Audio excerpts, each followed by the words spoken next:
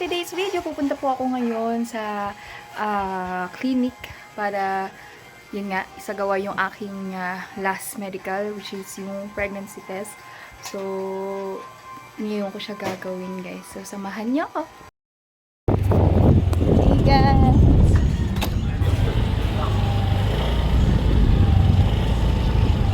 We're on our way na para punta sa Manila.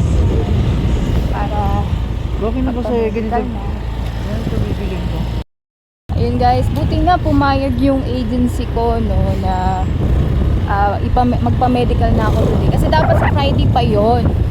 Pero nakiusap na ako na kung pwede nga ngayong Wednesday na gawin. Kasi nga, napaka-busy na ng Friday. Imagine, madaling araw pa yung flight ko. Tapos, 15 gaganapin yung medical ko. Syempre, may briefing pa seminar, di ba? So, matagal-tagal. Kaya sabi ko, baka pwede po ngayon. Kasi, syempre, Christmas party din ng mga anak ko. Buti po nga yan. So, ngayon tayo magpapa-pregnancy test.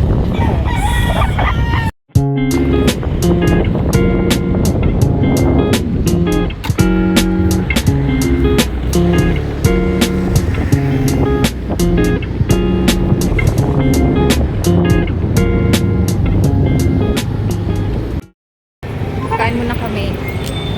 So,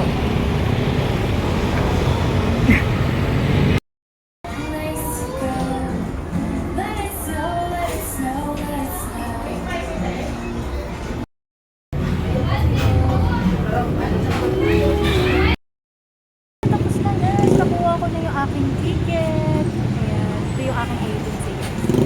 Ayan. Ready to flight na ako anytime. So, uwi na ako. Bye-bye! At yan na guys, gabi na po. Ginabi na po kami. Sobrang dami kong pinas. Well, yung Kabayan Savings lang naman yung pinrasas ko, pero inabot kami ng gabi ano. Kasi pinabalik pa kami. Then ang dami pang naghanap. Ang dami namin kaba.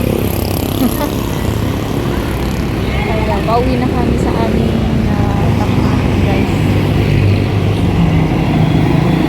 And mamaya, ikukwento ko sa inyo. Hindi ko masyado nakapag-video dun sa clinic. Kasi bawal din pala mag-photo taking doon, tsaka video. Then sa video, hindi rin ako nakapag-video kasi wala, ang hirap kasi.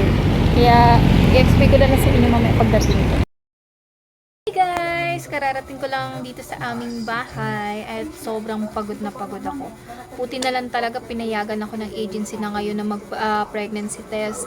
At yun na nga, ngayon din kami, ako lang pala yung binriefing para bago mag-departure na. So yun nga yung mga naganap kanina. Nagpa-medical ako, hindi ko na siya kinunan yung video kasi nga bawal nga yun guys. So yun nga, pregnancy test lang yun. Ang amount na binayaran ko lang dun sa pregnancy test ko, yung last pregnancy test is 500 lang. Pero may mas mura pa dun guys, ay, pero bound to Saudi nga lang yun, 200 lang sila basta may referrals. Yun sa akin naman 500 siya, yun nga, bound to Hong Kong.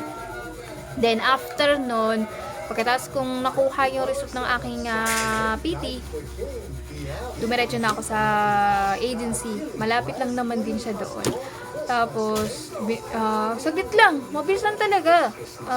Siguro mga an hour lang. Kasi natagalan lang siya kasi ang daming chika. Then, nabutan ko rin yung mga ka-agency ko, yung mga kapwa-applicantan din na kapwa-agency ko na pa-flight na mamayang, hindi, bali, madaling araw sila alis, pero kinabukasan sila ng 9 AM magpa-flight. So, ngayon, mamaya, on the way na sila papuntang terminal. And, yun, pagkatapos ko na brief, nakuha ko na yung mga documents ko. Ayan guys, nakuha ko na yung passport ko, yung ticket ko, OEC, ayan. Dumiretso na akong BDO, kumuha ako ulit ng Kabayan. Kasi Kabayan Savings. Kasi dati, nakakuha naman ako no, pwede ko rin nagamit. Kasi a month lang din yung work ko sa Hong Kong. Then, hindi ako nakapagtabi doon. So, ngayon, kumuha ako ulit para kahit pa paano makapag-save ng paunti-unti.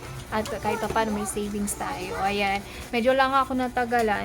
Kasi nga, fill up pa.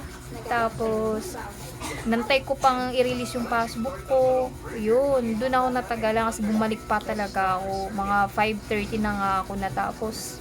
Tapos Manila pa yun, pauwi pa dito sa amin, malayo kasi province kami.